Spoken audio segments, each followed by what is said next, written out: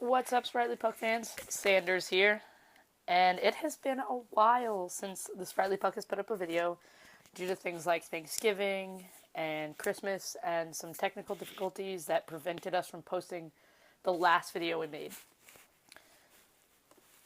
So the last time we filmed, the last game that we had seen before we filmed was the Washington Capitals game. So we have about a month and 8 days worth of hockey to catch up on. So here we go. It was intense. Our record has shifted quite a bit. We kind of bounced around in first and second for a little bit, but we regained first in the league. We maintained first in our division, which is amazing. And so we'll start right here. November 21st, we won against Buffalo. It was a shutout. Then we played Ottawa and we lost, and that was a stinger of a game. And that was one of those games where I was like, maybe playing Niemi the day after a shutout isn't our best option, but, you know, something happens, and it's not always him. It's often the defenders not making clean passes closer in our zone, or it's turnovers that cause chaos, basically. So it's not always Niemi's fault, and it's not always Kari's fault. And so it's really important that we understand that we can't just blame the goalie when something goes wrong. Our next win, Vancouver, we won in a shootout. Now, see, Vancouver's one of those teams where I feel like we shouldn't end up in shootouts with them and overtimes with them, but we continue to, and it is what it is. Then we won again in Minnesota, overtime. Then we played Calgary, and we lost in a shootout, and that was irritating, but it happens. Then we won in Vancouver without overtime or a shootout. Like I said, not a team we should be ending up in shootouts with all the time, but it happens more often than I'd prefer. Edmonton, we lost in overtime. That game irritated me. And now we're all the way up to December 4th. December 8th, we played Carolina. That game was amazing. It was so much fun to watch. One player I was really hoping to get to watch was Zach Boychuk, but he actually had been sent down before the game even happened, and so it was kind of disappointing. Didn't really get to see him at all, but maybe next time, next season, something, we'll get to see him. Let's see. Oh, the effing Flyers. I hate when we play Philly. I really do. Did anybody see the game the other night when Philadelphia ended up with 5 of their guys in the penalty box all at once? Somebody was sitting on the floor of the penalty box. That's how many of them there were. It was ridiculous. It was due to fights and roughing and stupid penalties in general by Philadelphia. But I mean, I'm sorry. The last time I saw that many people in a penalty box was a Pee-wee game for a kid I used to babysit. And even then it was only like 4 of them, and they all fit on the bench because they're Pee-wees. What are you doing, Philly? What are you doing? St. Louis, our first of 3 visits with St. Louis. December 12th, 2015. We lost 3-0, and it stung like heck. Then CBJ came into town, and I was all like, yay, Kevin Connaughton, and then he was a healthy scratch, and I'm like, so does anybody know why CBJ was just like, oh, Kevin Connaughton can't play tonight? What the heck? As a Stars fan, the only reason we get excited about CBJ coming into our building is because of Kevin Connaughton. It's the same reason why we get excited when the Sharks come to town, because we get to see Brendan Dillon. But really, CBJ, I hope you don't scratch him for the game on the 29th. I really am praying you didn't scratch him for the game on the 29th. Because I would like to watch Connaughton play against the Stars again. Granted, last season, Connaughton did score against us. But that was last season. This is this season. And this season, the Stars probably won't let that happen. Sorry, K-Knots. That takes us to Calgary. Stupid Flames. I hate Calgary. I hate playing Calgary. I hate watching us play Calgary. We lost to them again. This time they didn't even need an overtime. We couldn't put the puck in the net. It was terrifyingly frustrating. Then we play Montreal, Canadiens, and we win. And it was beautiful. 6-2, December 19th. The kids I nanny went to their very first Stars game ever. They had a blast. I think I have 2 new little Stars fans. And their soon-to-be stepsister came with us also. And she loved it. So make that 3 new Stars fans. It was awesome. They got jerseys for Kids Jersey Day. They loved it. It was great. Then we go back to Minnesota. Oh, Minnesota.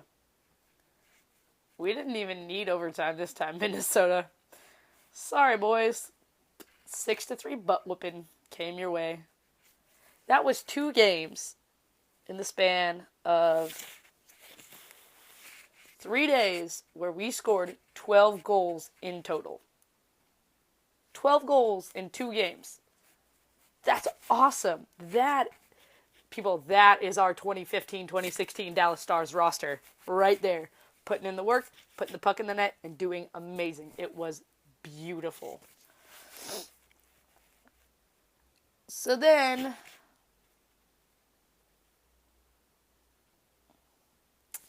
Chicago comes into town. Oh, Chicago.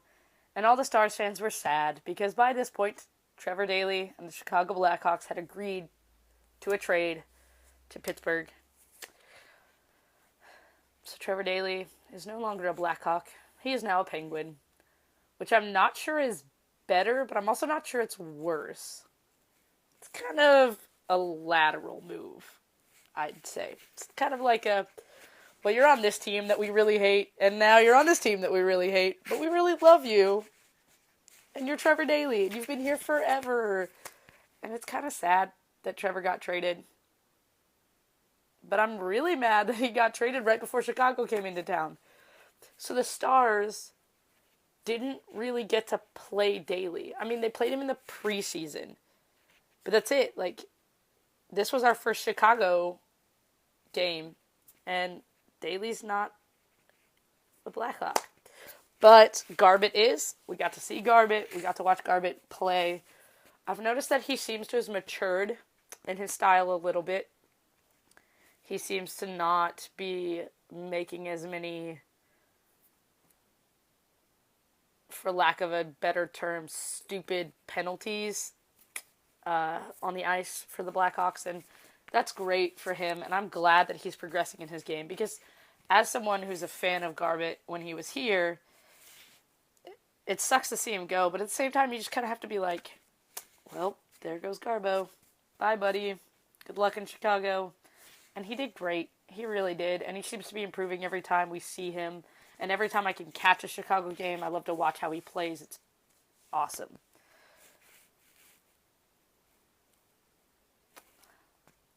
Game 2 against St. Louis. First game of a back-to-back with the same team. We literally have a back-to-back, and they're both St. Louis. So this game was in St. Louis. And, that was the most infuriating game I have ever heard in my life. I say heard because for some reason Fox Sports Midwest didn't want to work on my parents' TV up here. So I couldn't watch the game. Such is life. Listen to the entire thing, and I have never been more frustrated in my life. We get into overtime. We can't score. We get into a shootout. The shootout lasted 9 rounds, people. 9! I have never seen a shootout last that long. 9 rounds is freaking ridiculous. Okay, so here's how the rounds broke down.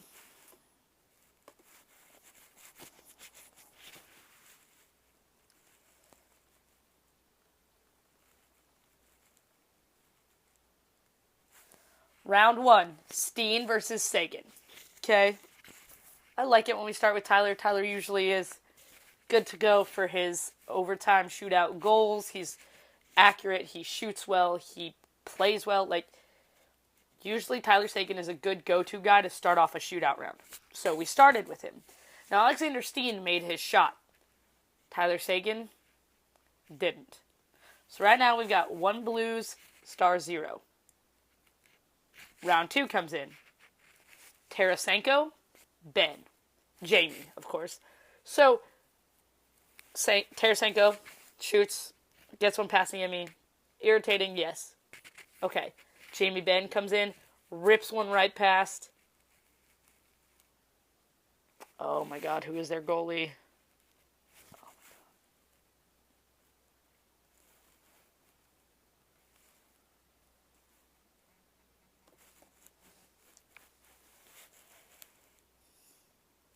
Jake Allen. Okay.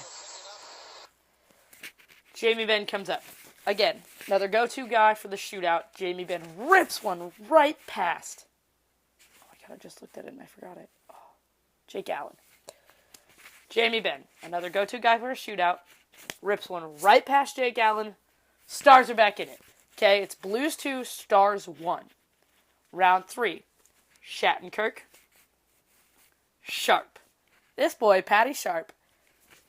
Patty Sharp kept us alive in this shootout, by the way. Shattenkirk misses. Okay, so now that Shattenkirk has missed, this is our chance. This is where we can tie it back up. Everything is going to get better from here. So what does Patrick Sharp do? Comes in. Bam. Right to the back of the net. Beautiful goal, Patrick Sharp. Thank you, sir, for keeping us in this shootout. Now, round 4. Colton Sevier, Fabry. Okay. Neither of them make it. It's tied 2-2. Round 5, Laterra, Spezza. Both of them make it. 3-3.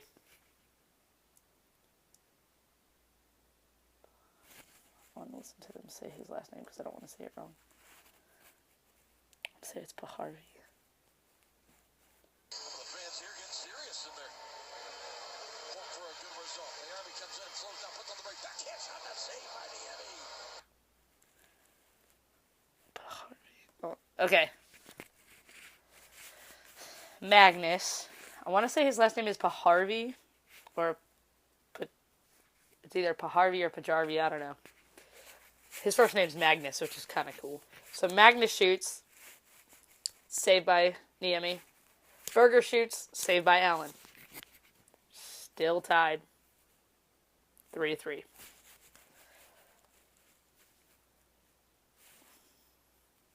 Jaskin or Hoskin? Haskin, Jaskin, Joskin. Asking hit will ride to the left. Left-hand shooter comes in to the point. He scores.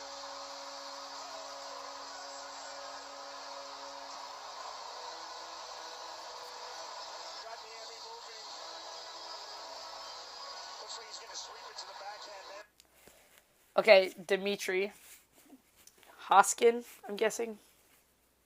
Otherwise, it's Jaskin. Not really sure. So, Dimitri scores. Patty Eve scores. Now we're tied 4-4. Brower, Jordy Ben. Both of them miss. And it's like, oh, Jordy. Oh, Jordy.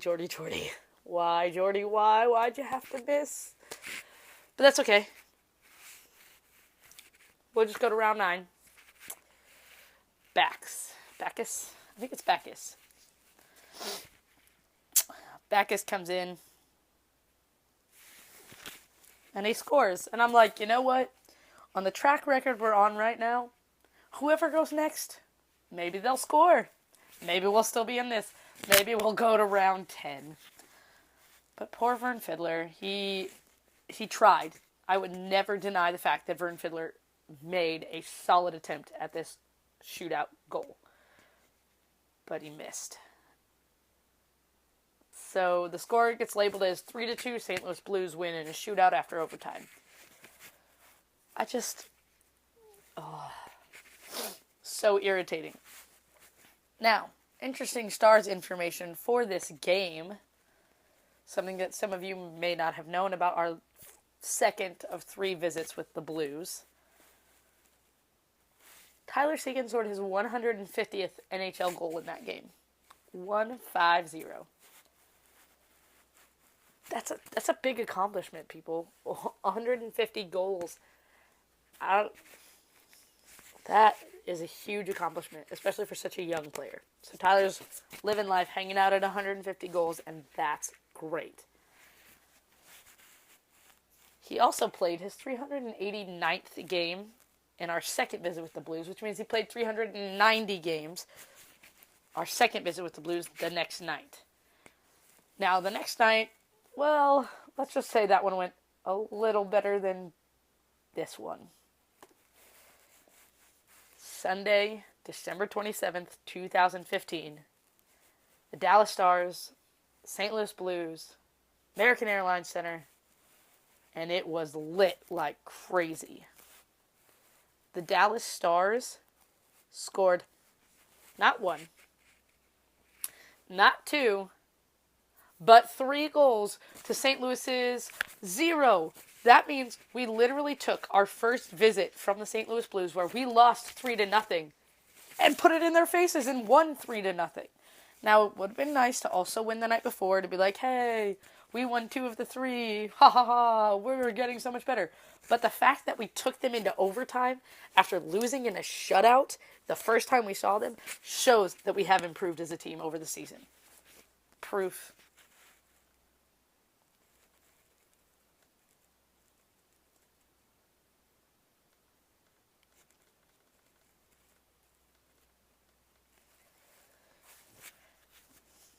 So we're up 1-0 thanks to Patrick Sharp on the power play, which was our first power play goal in, I believe, 15 or somewhere like 15, 16, or 17 attempts at a power play goal against the St. Louis Blues specifically. Patrick Sharp gets our first one in a long time.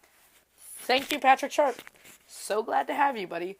You're doing great, and it's awesome.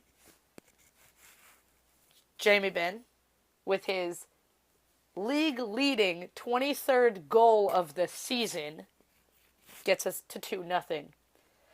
Now, as you've heard it said before, a 2-goal lead is the most dangerous lead in hockey. You're not too far ahead of the other team to the point where they have to just give up and play dirty, but you're also not too close for them to not catch up. And so it's a weird place to be in when you're up by 2. Then, the beautiful, better words. Then, the amazing Ginger Ninja rips another empty net goal this season. Another one for Cody Eakin. I love it when we get empty netters. And I'm also fairly certain we're leading the league in empty netters.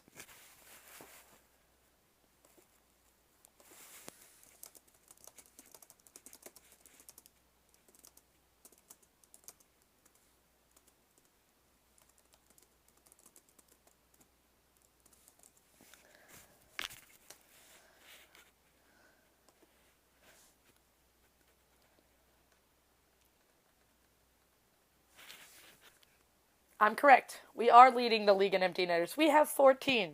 Do you know who's the closest to us? By a difference of 6.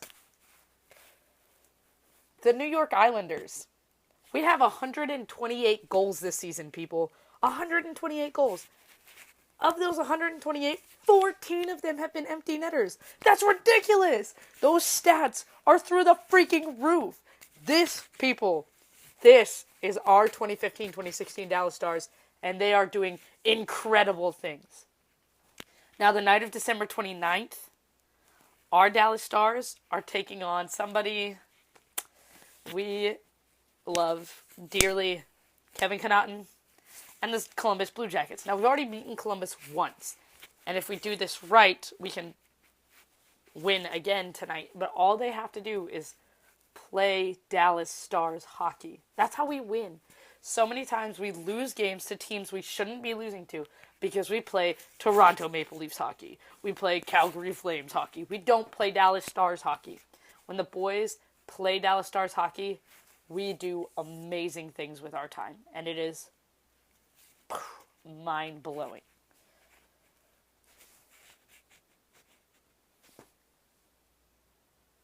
just to give you a little more understanding of the goal differential as well, the New York Islanders only have 94 goals this season. We have 128. I just want to let that stew for a while in your brains.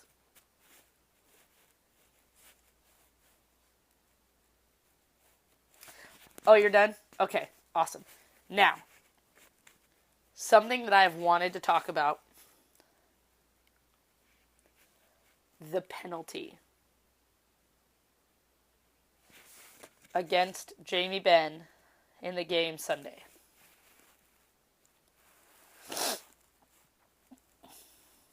Trying to see if I can find the information about the penalty.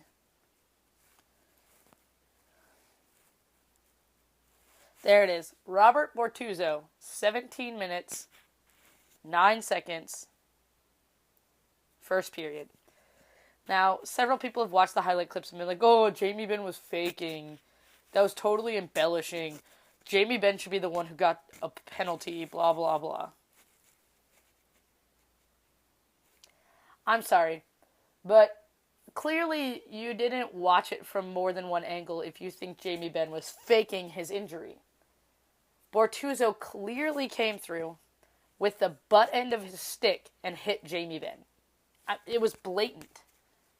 So blatant, in fact, that the one referee we had, because of the horrible weather in Dallas this weekend, the guy was held up in traffic because of the weather.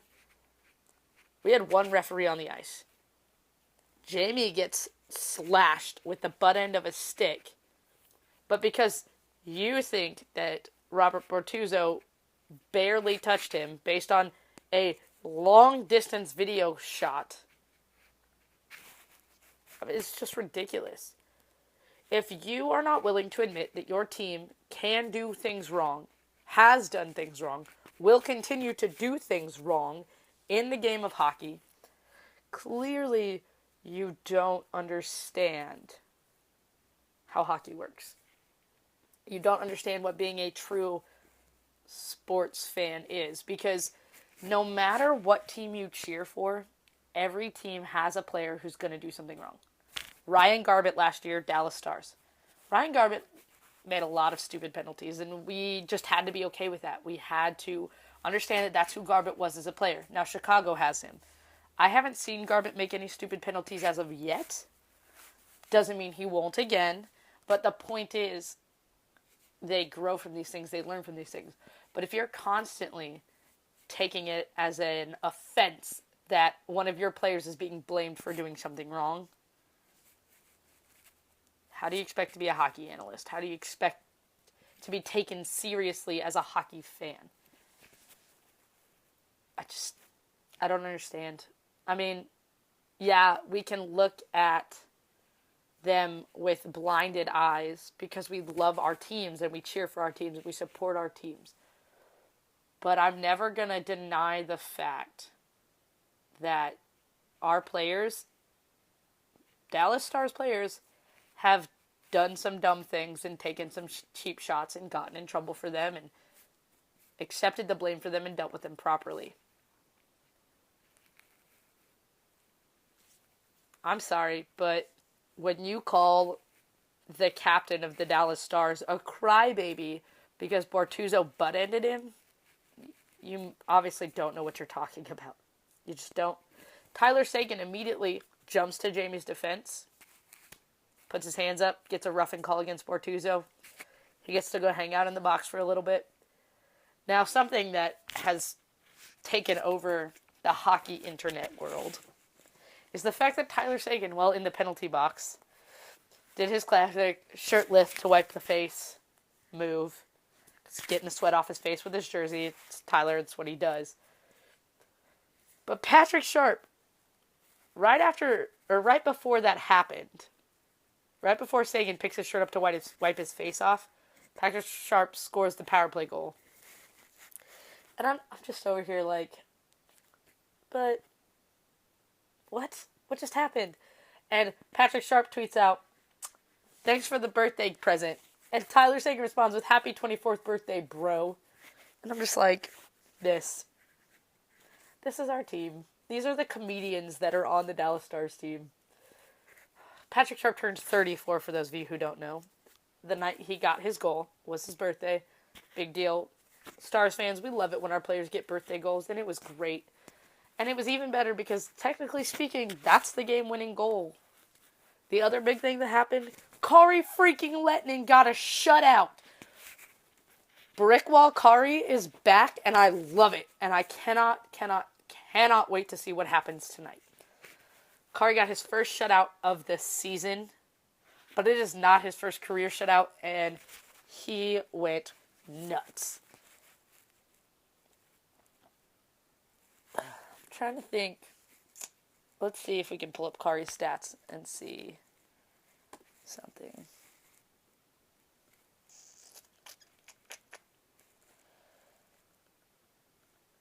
There we go, stats.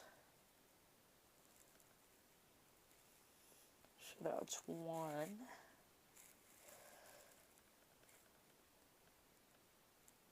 Shutouts 2. What's his career total? There it is. 33. Kari freaking Lettinen got his 33rd NHL career shutout against the Blues. That's a big deal. The Blues have been a big rivalry for us for forever. And the fact that Kari gets a break when he needs it because Niemi is so good also, and the fact that Niemi can get breaks when he needs them because he is so good, it's a beautiful balance. That is a goaltending balance. That is the solution to our backup goalie problem we had last year. Shout out to the goalie coach and the coaching staff in general, and Jim Nill for picking up on the fact that we needed another number 1 goalie, not another number 2. And it is amazing. Kari has been playing better because of it. Sure, he hasn't played as many games as he used to, but I think that's what's pumped his stats so much, is that he hasn't played as much, so he's able to play better. Because he's not worn out. He's not drained every night, even with nights off. Now, I am a big questioner of starting a goalie after he's had a shutout. Even Niemi, when he had a 3-day break, he struggled. But I will admit that was his best post-shutout game in a long time. That was Niemi's best post-shutout game in a long time. Our second visit with the Blues.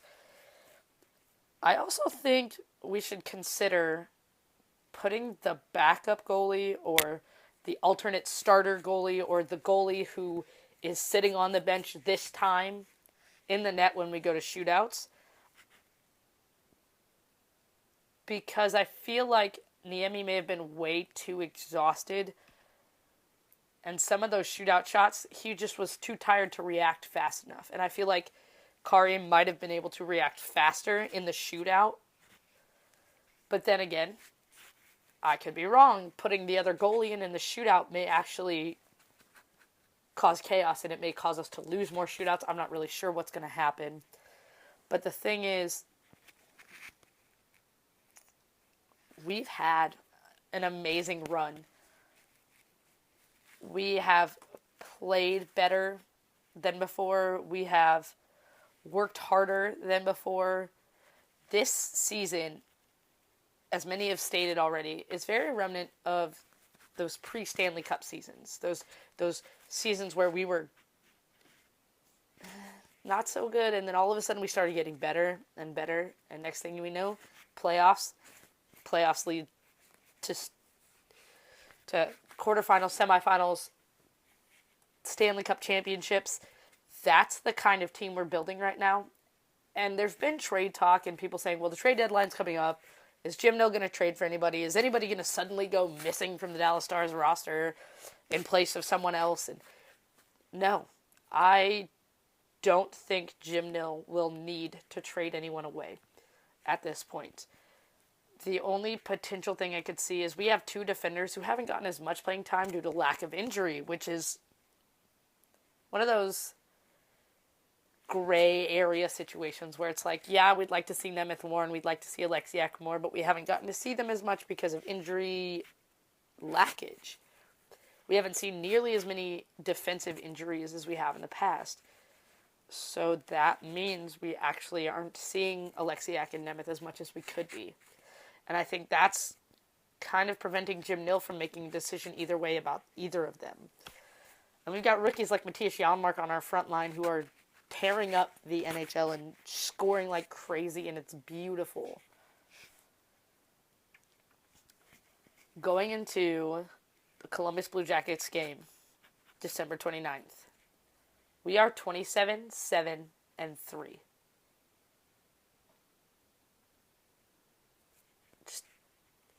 We've played 37 games and won 27 of them. Just let that soak in for a second, because that is not the 2014-2015 Dallas Stars at all. This is the 2015-2016 Dallas Stars, and they have done incredible things.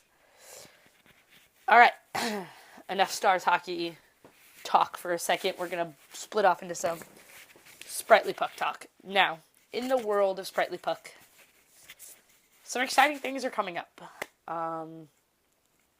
We are going to have some guest hosts on the show.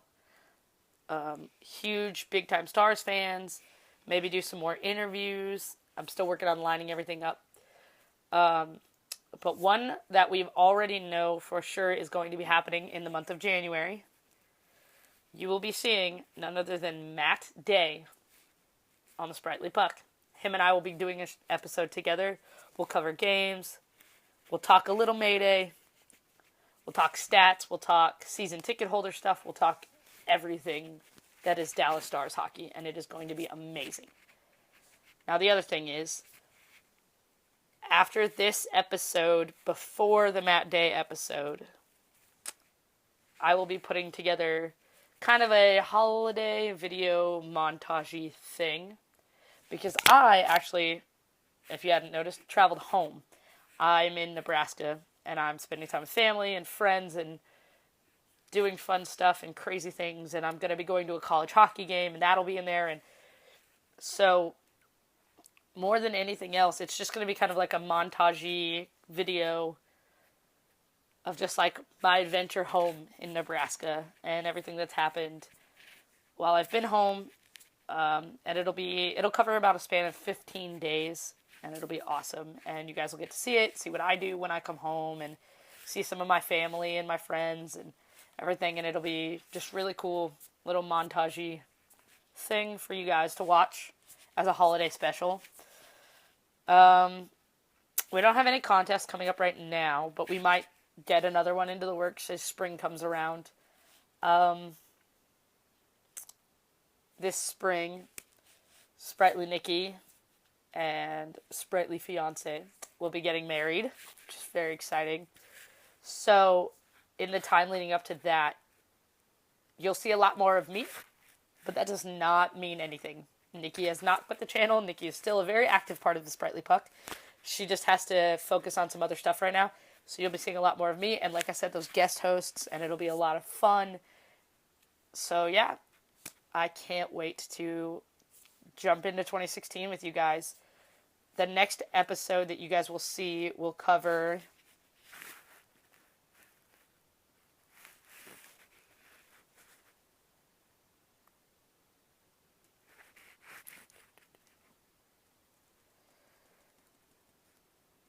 the Blue Jackets, the Predators' New Year's Eve game, the Devils, January 2nd, the Islanders, January 3rd, and the Rangers, January 5th. So that video will be covering 5 games. Blue Jackets, Predators, Devils, Islanders, Rangers. And of those 5 games, 4 of them are road games. So it'll be interesting to see what happens with those. All right. Hope you guys have enjoyed this episode. Spritely Sanders, signing off.